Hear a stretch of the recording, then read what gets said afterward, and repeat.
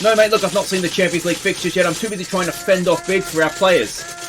No, Porto, for the final time, he's not for sale. Off. Jarune, za tebe mi dijete diše, tu je važno samo jedno, nogomet i ništa više. Jarune. Hey guys, I'm Aussie Villain and welcome back to your run on The Impossible Dream. It is Season 12, Episode 2, and today we've got two big games in the league, but a lot to catch you up on, including our Champions League fixtures, which could be better, but certainly could be worse. I'd say we don't have the necessarily an easy beat team there. If you look at it, there's no team that you say, yep, that is a guaranteed 3 points. But equally, we've avoided Premier League teams. We've avoided sort of Spanish and German giants. So, you know, our pot one teams are Juventus and Milan. Now, yes, RB Leipzig made the final last year, but it's still RB Leipzig. You know, maybe they had a good year, and that, you know, they're not necessarily the team that you wouldn't necessarily fear them, but certainly going to their place is going to be tough. Not ideal. Girona were a pot 4 side for us, so not ideal to get a La Liga side away from home as one of the pot 4 games. Villarreal are not easy, neither are Bayer Leverkusen, but they're not the Giants, you know what I mean? So I'd like to think there's going to be enough there for us to be able to get ourselves into the knockout rounds. But yeah, as I said, not the easiest, but certainly not the worst. Now, transfer window in Europe has closed. It's still open for us, and there has been a little bit of movement. You'll see that there is one new player in. It's a backup goalkeeper, so don't get too excited, but we'll have a look at him in a second. A couple of players out, though. Zabo has gone off on loan to West Ham for the year. They're paying his wages if he doesn't play. It's almost a perfect situation for us in that if he plays, we don't pay his wages. It's only $9,000 a week. It's not like it's, you know, it's not life-changing money for us or anything. But he should play, he should develop, and then we'll get an idea either we get a better transfer fee for him, or he can come in with a season in the Premier League, or I think they're in the Premier League, and he'll be ready to go for us, essentially. So that's a good one. Omarovic, we sold him 4.6 million. Plus a 50% sell-on. Now, we paid 4.4 million for him. We do have a lot of players that have come through our academy sort of as those defensive midfielder type players, so I think we got our money back plus a little bit, and potentially a 50% sell-on. He's a good player. I think he will move on for more money, hopefully for our sake anyway. So that's happened. And shock of all shocks, Damian Ormarkic went to Parma. Not sure how or why, but he's gone there. We got 10 grand for him, and honestly, I would have taken less than that. So yeah, he has left as well. But the player that we have signed is Ivo Miskovic. Now, I've been interested in this guy for a little while, but easier to look at him from here, I think. And yeah, he's just a solid guy. Okay, so we've paid a lot for him. We're paying 23.5 grand a week, and we paid 2.4. So having last season said I wasted money on Dolling, I've gone and spent more on a backup goalkeeper. But this guy is Croatian, which helps us a little bit, I think. And he's quite solid, I think we can agree. I think he's probably better than Dolling was. And he's happy to be the backup, which helps. And there was also a little bit of discontent in the dressing room, let's say. So he hopefully will help with that. We have a look here. It's the old scroll on the unhappy players, which is never great. But yeah, the biggest one what we were trying to do is please let go with this one. Feels there's a lack of sufficient depth of quality at goalkeeper. Now, Lacko is still unhappy that we sold Torres. What hasn't happened, unfortunately, is the players haven't realised that Von Groningen is moving over, and we've signed Gonzalez to play down the left. So I'm getting a little bit screwed over on that. I have replaced Torres just on the left side, so Van Groningen can move over. But you can see here there's a lot of unhappy players. Unfortunately, Jaka Busic is sulking, as is Pinter. Now, Pinter was unhappy that he couldn't move to Leicester, got over that, and now he just wants to leave for anywhere. So yeah, I mean, that's not great, is it? But that's that. Not great, but I think some of this will sort of sort itself out once the transfer window closes as well. So that's all the off the field stuff, I believe. Oh, the other one, no, we did lose sell somebody else that I haven't shown you there. Tomasek, the left winger that we were going to change everything for. He's in the last year of his contract, so I sold him to Lecce, 2.1, potentially rising to 2.7. And that was just a cash in so we don't lose him for nothing kind of deal. I hope he goes on and has a good career, because I've ruined him. Absolutely ruined him by not playing him enough. And so I hope he goes off and shows me, you know, that we could have changed the team for him. But I didn't, and let's hope he does well. So that's that. Let's have a look at some on-field stuff, though. There's 4 games to catch you up on, all in the league. The first one, after a disappointing start to the campaign, it must be said, we faced Varisden. We went ahead when Kovacic's cross was turned in by a defender. And Lacko made it 2-0 at half-time. Alvarez got a third just after the break, before Cena picked out Lacko for his second. So we remembered how to score, which was very nice. That Lacko free kick won goal of the month for the first month I should say, of the season. So that was good. It was a much, much better performance from us, just generally speaking across the board. So that was very nice. Back into a little bit of form, and then we went and faced Gorica. We took an early lead when Von Groningen found Lacko unmarked. So we were quite dominant in this game, just without the goals. I mean, to be fair, if you look on the XG tracker, it was actually after that sort of first little couple of minutes there where we scored, it was fairly even, wasn't it? So maybe not as dominant as it felt at the time, but it certainly felt dominant. You can see we had 2 goals ruled out as well. I think they were both for offside. And yeah, a good win. Good 1-0. Next up, it was newly promoted Istra.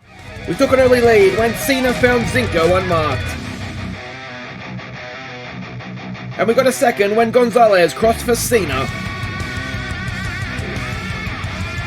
before Istra pulled one back late on. So not sure what Pinto was doing on the goal at the end there, but it was a game that we absolutely dominated. And you can see again on the XG tracker, they didn't really create anything. And then we just, got a little bit of a nervous end because Pinto was, I'm not sure what he was doing. Genuinely don't know what he was doing. But anyway, it was a good win. It was a good solid win. 2-1 definitely flatters them quite a bit, I would say. Our final game to catch you up on was against Slaven Belupo. Montel gave us the lead, and Gonzalez crossed for Von Groningen to make it 2-0 at half-time. But Slaven took advantage of poor defending to pull one back, and then they drew level. So not really sure what happened in this one. We was very, very comfortable at half-time, and then we just, you can see, again, XG tracker, they created nothing, and then literally scored 2 goals out of nothing, and then created nothing else. It was genuinely bizarre. I don't really know how else to explain it other than it was just weird. Just a weird game. So that was that. Let's have a quick look at what all that means for the table. And we can see the cream is rising to the top. Now today we face Rijeka first up. If we win that, then it sort of becomes a 4-horse race, and then it's Dinamo Zagreb away. So 2 very, very big games to make sure that we, early days, yes, but are still in this, right where we want to be in this title race. Quick look at the early leaders in the league, and we can see Lacko up there with goals. Gonzalez making a nice impression up there with average match rating. Then Cena for assists. Lacko for Man of the Match awards, and we've not kept that many clean sheets, so Pinta is not featuring in that one, but that's mostly down to Pinta just making silly mistakes. So Rijeka first up, it is a 4-2-3-1. Now our window is not open, it's not closed yet, I should say. It will close at the end of the episode. I'm not expecting to do too much, but we'll see. Now this is what I consider to be our strongest team, our European team, with the exception of somebody in midfield dropping out and Alvarez coming in. So Pinta in goal, he needs to stop sulking, basically. Sanchez, Jakabusic, who needs to stop sulking, and Crespi, Von Groningen, and Gonzalez, who after a bit of a slow start, it must be said, Gonzalez, absolutely brilliant he's been. Montel, Vazgard, Gavia, Lacko, and Cena will be the rest of the team. Okay, so we can see the team sheets here. Do we recognise any names? I don't think so. No former players there. Now I did put now we want to say no pressure because no pressure, that we've been playing better with that. I did put on the Discord all the bids that we've been receiving. We've been receiving a lot of big bids as well. So yeah, we're at the stage, and again, we always reach this stage in an impossible dream where we can sell, for example, I think we've got a bid of 40 million or so for Lacko. If we tried to replace Lacko, we couldn't do it for 40 million, you know what I mean? We would be signing a younger player that would hopefully get to his level again, but we wouldn't necessarily be able to, you wouldn't be able to replace him like for like. Now, I should say, if we do see any random grimaces from me, I'm recording this Sunday, and I'm pretty sure I broke my pinky. I don't know if you can see at cricket yesterday. It's quite sore. So yeah, if there's any random grimaces or anything, yeah, that's why. I'm just a little tender and sore today. Sometimes you regret the instinct to try and catch a ball that's flying past you. Anyway, good start to the game in terms of possession. Not created much, but that's sort of standard for us, isn't it? So yeah, my plan for these 2 games coming up before the Champions League, Gavia's got an injury. So we probably pulled knee ligaments. It's probably not something we want to play around with. So we'll get Siraj on early, and Vazgard gets the goal. I shouldn't clench my fist like that. But it's a goal. It's 1-0. And Sanchez almost gave it away, won it back. And Gavia, his knee ligaments aren't too bad there, are they? And Lacko, what a pass. Although in truth, it looks like maybe Decore headed it on, or what's the word looking for? Flicked it on, passed it on for Vazgard. I have had to promise Vazgard football. I gave him a bit of a rest because he wasn't playing particularly well. I brought Zinko in. Zinko had a couple of good games, but then Vazgard complained because he's supposed to be a star player that he wanted to play again. So, which is fine. I mean, Vazgard's a great player, so no problem playing him. It's just, it's always awkward, isn't it, when you're playing so many games? And I know I've said it many times. Montel to Lacko, it's still there. Montel, did that take a deflection? No, just missed. I really hope in the new one that there's an option to sort of talk about importance of game, or I'm saving you for the big games and that kind of stuff. And at least, you know what, because if you can say that to a player, if that's what you're doing, and if they don't want that, then fair enough, then you can deal with that accordingly. As Siraj, we're really aiming for that top corner up there, aren't we? Then you can, adjust things accordingly. But there might be some players that are just like, okay, they feel important, like, I'm just a big game player kind of thing. So, and that would also kind of help them when you have players who don't like big games, or, players that like big games might be more willing to accept that. So, I don't know, just be a nice thing to have in the game, wouldn't it? Oh, don't do this to us right before half-time, and Pinter makes a save. Let's give it a focus. We're about 5 seconds out from the half-time whistle. They've done nothing or half, and suddenly we're under pressure. But we get away with that, and we have a 1-0 lead at the break. So let's not see a hint of complacency. Let's go and get back out there. And I think I've sort of got... when I go back and edit, I love my chopping and changing of thoughts. And I think most of the time I end up finishing all my thoughts, but not all the time, and certainly not every thought. So yeah, what my plan is here is this is sort of the European team that I think that we're going to play against RB Leipzig and probably Celtic as well. Siraj is in. Siraj rattles the top of the net, but nothing more. And then the Dinamo game will sort of be a rotated side, so we'll more or less the bench will come on and play. Now, one thing I am relying on here as well, and we've done this in the past, and it's cost us in the league once we start European football, with the sales and sort of not replacing of Monsalvo, of Omarovic and those guys. I'm really relying on Skolabar, on a couple of the academy kids that should be good enough now. I'm really relying on them to come in and get the job done for us in the league. So it's going to be a really good test against Dinamo to see if they can do that. So, for example, someone like Novak, who I was willing to sell, now with Omarovic leaving, he sort of becomes a more important player. We do have a couple of other young midfielders in that position as well, that sort of defensive midfielder role. And because we're not playing with that in the league, then I don't think it's a big deal. That where the problem will be, because he's solid enough, isn't he? Technically, he's not great, but he also doesn't play a great deal, so that's probably not helping his development. Where the problem may come is if something happens to Alvarez, where we don't really have... Omarovic was sort of that replacement. We have players that could go back in, like Vazgard could maybe go back in and do a job. He's just not quite as good on the defensive side of the game, as we've got ourselves into stoppage time. Do I make a defensive change? Let's just let it run now. And there we go. So, another 1-0. Excellent. Good stuff. Excellent television, that, isn't it? So that does kind of make it a 4-horse race now, doesn't it? If we can go and beat Dinamo, and we are away from home to them as well, then maybe they just start to get cut adrift as well. So that's that. Gavia's injury. Oh, geez, 3 to 4 weeks. Well, that wasn't supposed to happen. That's a bit of a blow, actually. Anyway, 18 unbeaten in the league. Let's see if we can go and make that 19 now. I don't know if that is just the league or if that's that looks mostly league games, doesn't it? Let's see if we can make it 19 anyway as we go and beat hopefully. Anyway, let's hope we win now, Dinamo. Alright, welcome back. We're getting ready to face Dinamo. Transfer window has closed. This is the review. We didn't do anything else. I had a look, but there was nothing really. I was more looking at maybe a loan for a centre-back loan, something like that. But yeah, we didn't end up doing anything. And hopefully I'm not going to live to regret that. Now, let's have a quick look here what we're doing against Dinamo. Dinamo are currently 2 points behind us, having played 7 games. So, I mean, it's all well and good. It's so early in the season that there's still, 29 games or so to go. But let's see what we're doing away from home. They're playing a 4-2-3-1, or at least we're expecting them to. And this is the team we're sending out. And I will admit, it is not as strong as I was hoping it would be. And there's quite a bit of lacking of match sharpness going on. So Pinter in goal. I thought about giving the new guy a game.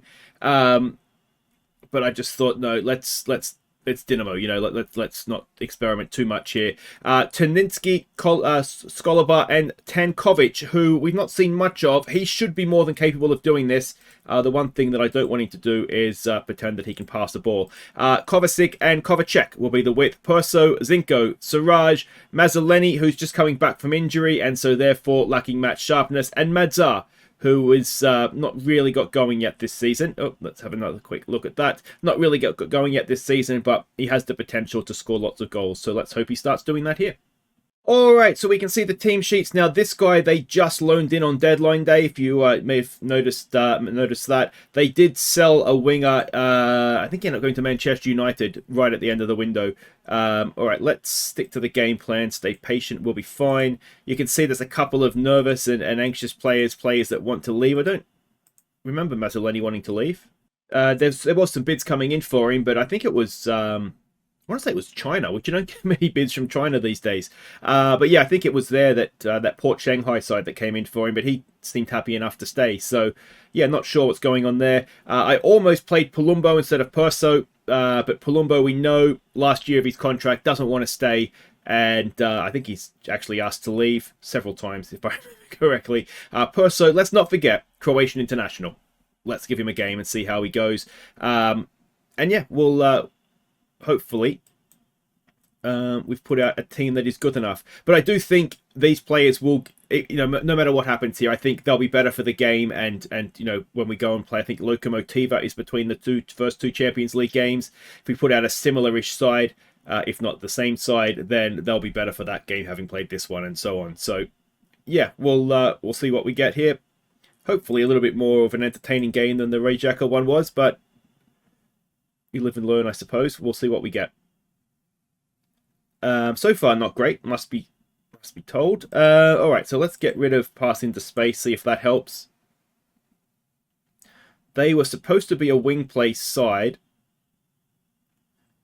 Not sure what Kovacic is so upset about too. Kovacek's been played in there. He's tripped over a blade of grass and is now out of position, but they've just given it straight back to Taninski. Perso. Can he pick a pass? Siraj to Madzar, and Madzar. I've done it again, and I've hurt my Oh, it's so sore. Is he onside? He did have a goal ruled out against, was it Belupo, for being offside, but well, that time I didn't quite clench the fist as much. But it's been given, and Madzar is underway for the season. He was looking so good, and then last year, good first-time finish, wasn't it? Last season, he never really got going, which was disappointing. But yeah, he certainly got one there, and he's well onside, and it's a good first-time finish too, isn't it? Looking sharp, which is always nice to see from your striker. All right, let's see if we can go on with this now.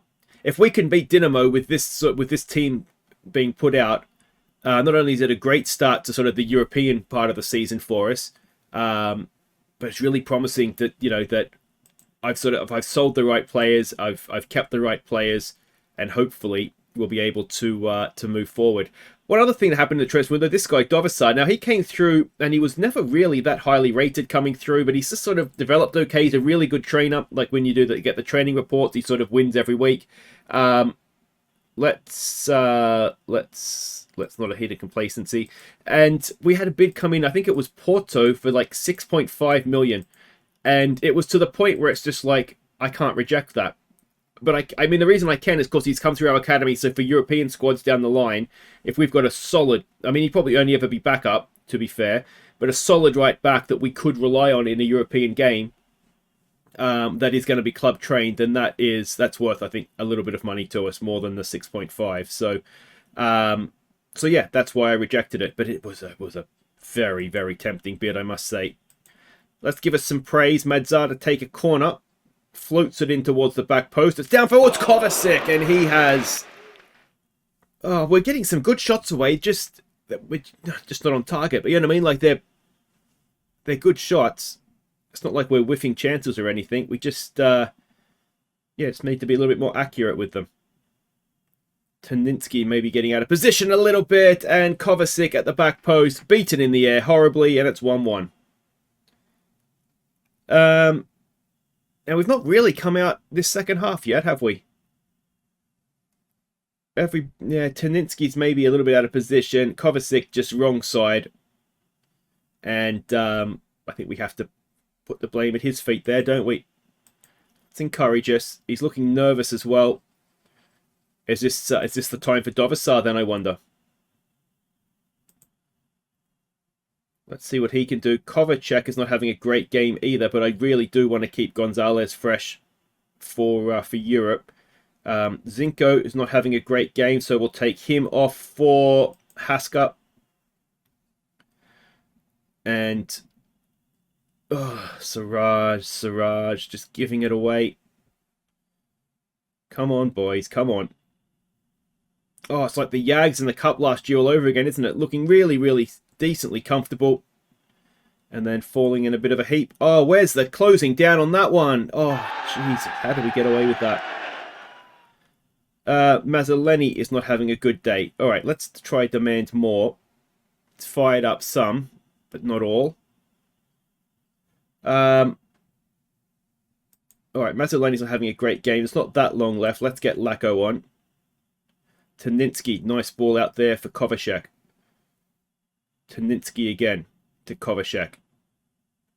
And there we go. Haska to Siraj. Siraj, what a pass that is for Madzo! Oh, it's a goal made and scored in the academy. He's onside, isn't he? I'm pretty sure he's onside. He is onside, and it is the academy kids that have got us back in front in the 80th minute. Haska through the academy. Taninsky through the academy. It was all academy players. And they've put us back ahead at Dinamo Zagreb, let's not forget.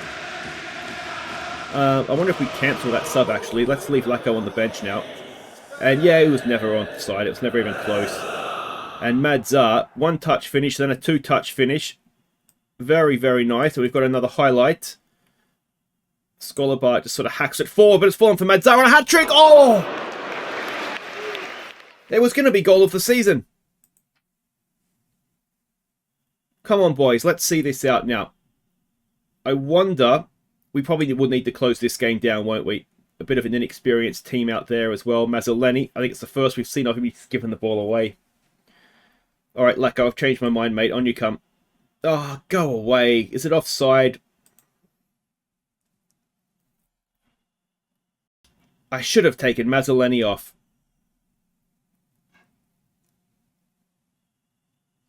That is so, so frustrating. Just opened up at the back. And now we've got to try and win it all over again. Or perhaps in truth, just try not to lose it.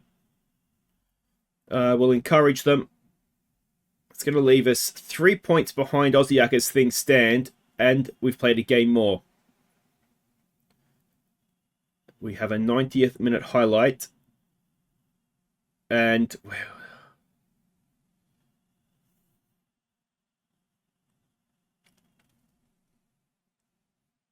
that's annoying. I'm not sure exactly what Skolabar's doing.